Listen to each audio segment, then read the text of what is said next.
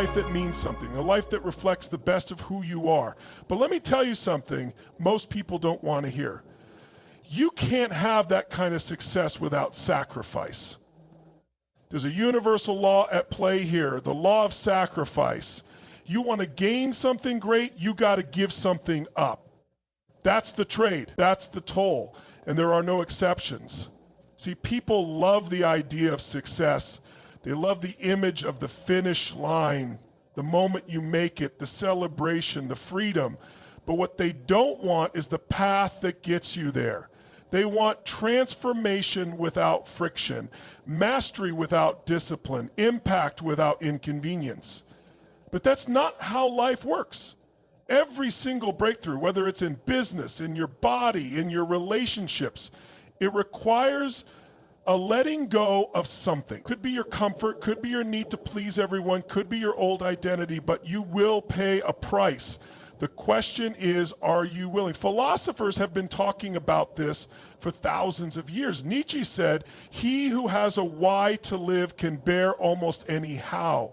The deeper your reason, the more pain you're willing to endure, the more you're willing to surrender. And psychologically, this is key because your brain is always calculating. Is this worth it? And if your why is weak, you won't make the sacrifice. You'll fall back into convenience, into excuses, into mediocrity dressed up as strategy. But when your why burns hot enough, you'll walk through fire, gladly.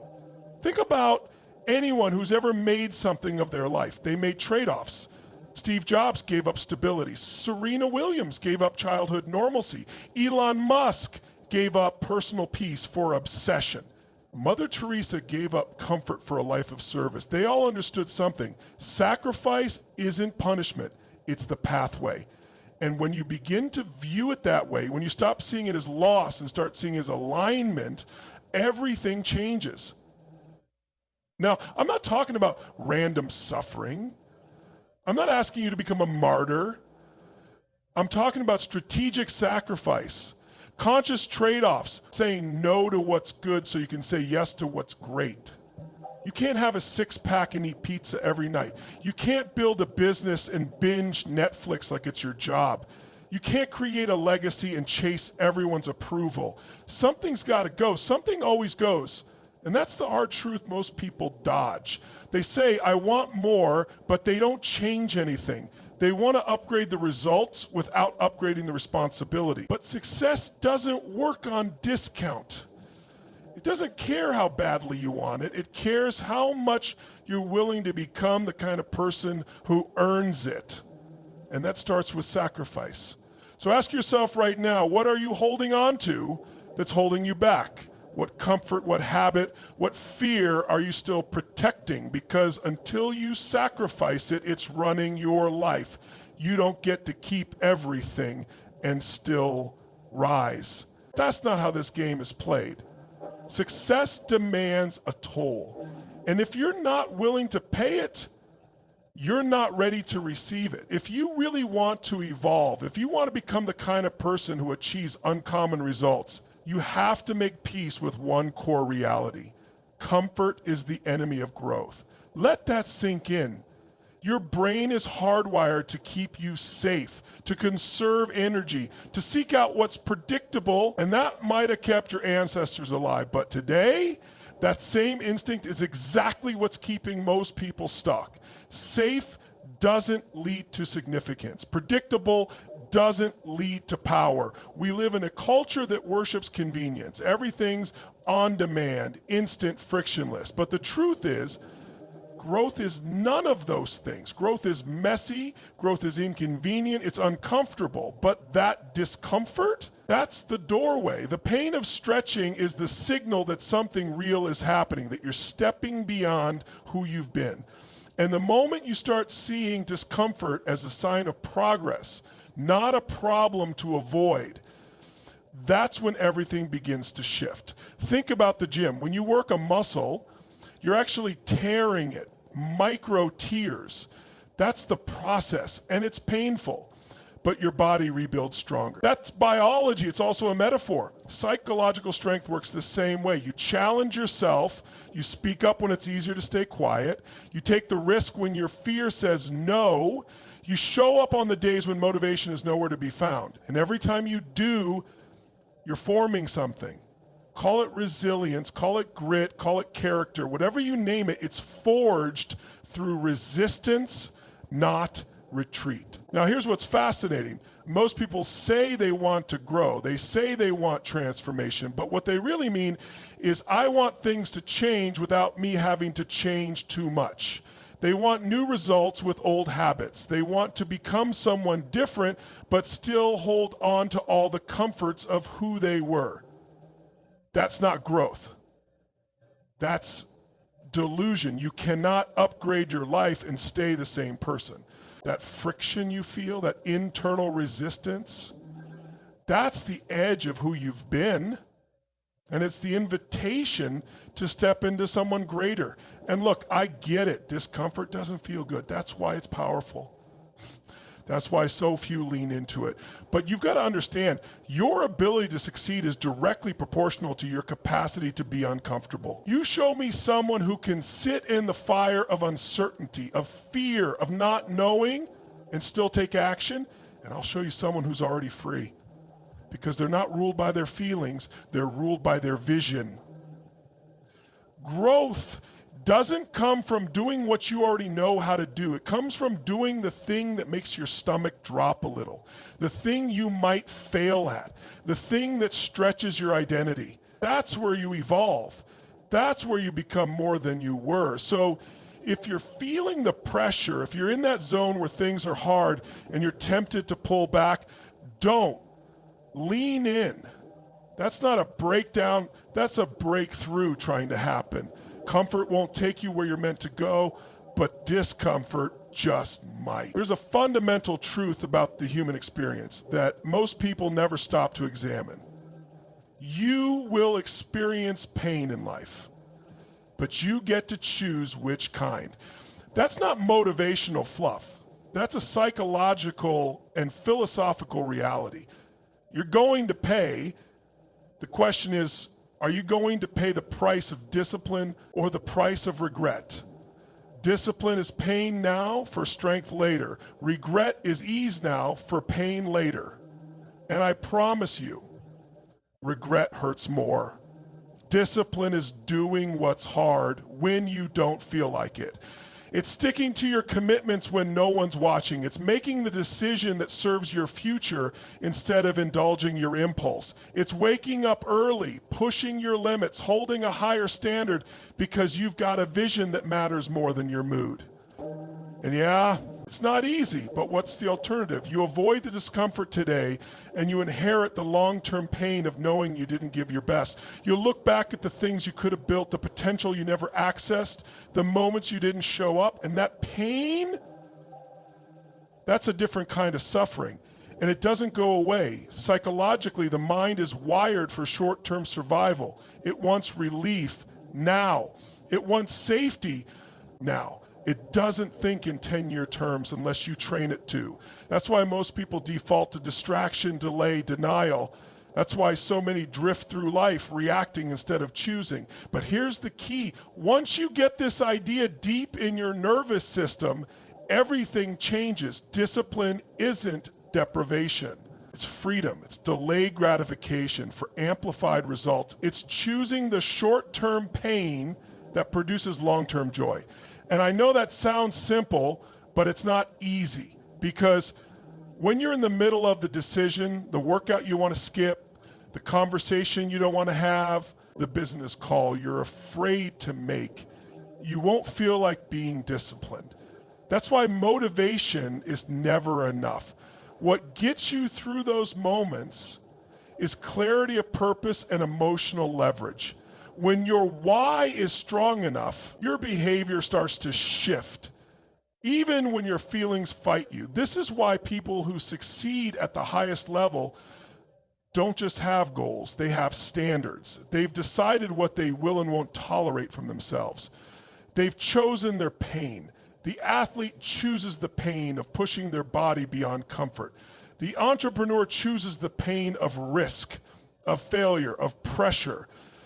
The parent chooses the pain of putting someone else's needs ahead of their own. In each case, it's a conscious decision.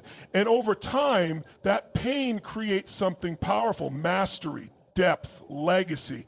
So if you're avoiding pain right now, ask yourself, is this the kind of pain that leads to my growth, or is this the kind of comfort that leads to future regret? Because you're always choosing every day, and your choices are shaping your life more than your circumstances ever will. Discipline is pain with purpose. Regret is pain without redemption. Choose wisely. There's a deeper layer to success that most people overlook. It's not just about setting goals or taking action. Those are just the surface mechanics. The real engine underneath all of it is identity. You don't get the life you want. You get the life that matches who you believe you are. That's why the most powerful shift you can make is internal. Success begins when you upgrade your identity to match your vision. You can try to change your habits, push through with willpower, even model the strategies of the most successful people. But if deep down you're still operating from an identity that says, I'm not disciplined, or I'm not a leader, or I'm not someone who sacrifices, you'll sabotage yourself every time. Because we always act in alignment with who we believe we are, even if that belief is unconscious. Psychologically, this is known as identity consistency. The human mind seeks coherence. If you see yourself as someone who quits when it gets hard, you'll find a way to quit, no matter how many motivational videos you watch. But the opposite is just as true. When you become the kind of person who values growth, who embraces discomfort, who lives with intention, suddenly the sacrifices don't feel like suffering. They feel like self-expression. They're just what you do. It becomes your nature, not just your behavior. Think about it. The person who wakes up at 5 a.m. to train doesn't do it just because of discipline. They do it because it's who they are. The person who turns down distractions to build their business doesn't feel like they're missing out. They're just living in alignment with their identity. They've decided, I'm not the kind of person who chases comfort. I'm the kind of person who builds something meaningful. That decision, that internal shift is everything. This is where most people get stuck. They're trying to produce new results with an outdated self-image. They haven't evolved how they see themselves, so every action feels like resistance. It's like trying to run a new operating system on old hardware. You can push it for a while, but eventually it breaks down. The breakthrough comes when you stop just chasing outcomes and start embodying the mindset of the person who already has them. So here's the real work. Instead of asking, what do I need to do to succeed? Start asking, who do I need to become? What kind of person naturally makes the sacrifices I've been avoiding? What kind of person sees discomfort as fuel? What kind of person doesn't need external validation to keep showing up? When you answer those questions honestly, and you begin to align your thoughts, your rituals, and your decisions with that version of you, your actions stop feeling forced, and your results become inevitable. Because success is not just something you achieve, it's something you step into. One choice at a time, one identity shift at a time. You're either reinforcing the old story or writing a new one. And that's the power you've had all along. You don't rise to the level of your ambition. You rise or fall to the strength of your identity. One of the most powerful realizations you can have in life is this: the sacrifices you make today don't just change your present, they create the future you live in. The decisions you make now, the pain you're willing to endure today, have an incredible power to determine the life you will experience down the road. And here's the thing that most people miss. Short-term sacrifice is the gateway to long-term freedom.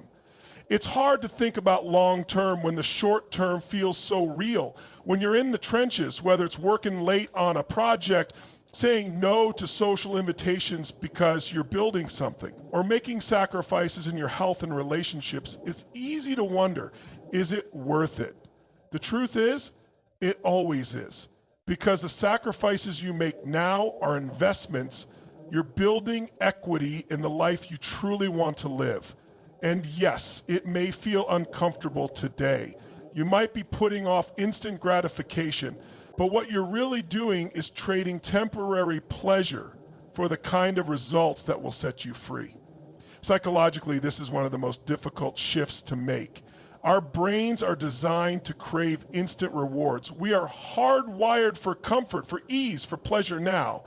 That's why people choose the small pleasures of today, the Netflix binge, the fast food, the sleep over the workout. But what we don't often realize is that that is a trap. In the moment, it feels like a reward.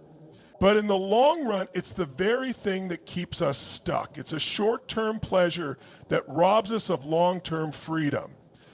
Long-term freedom, however, requires you to make a different choice. Delayed gratification. It requires you to say no to immediate comfort for something bigger. It's about choosing the hard thing now because you know that on the other side of that choice lies something far greater.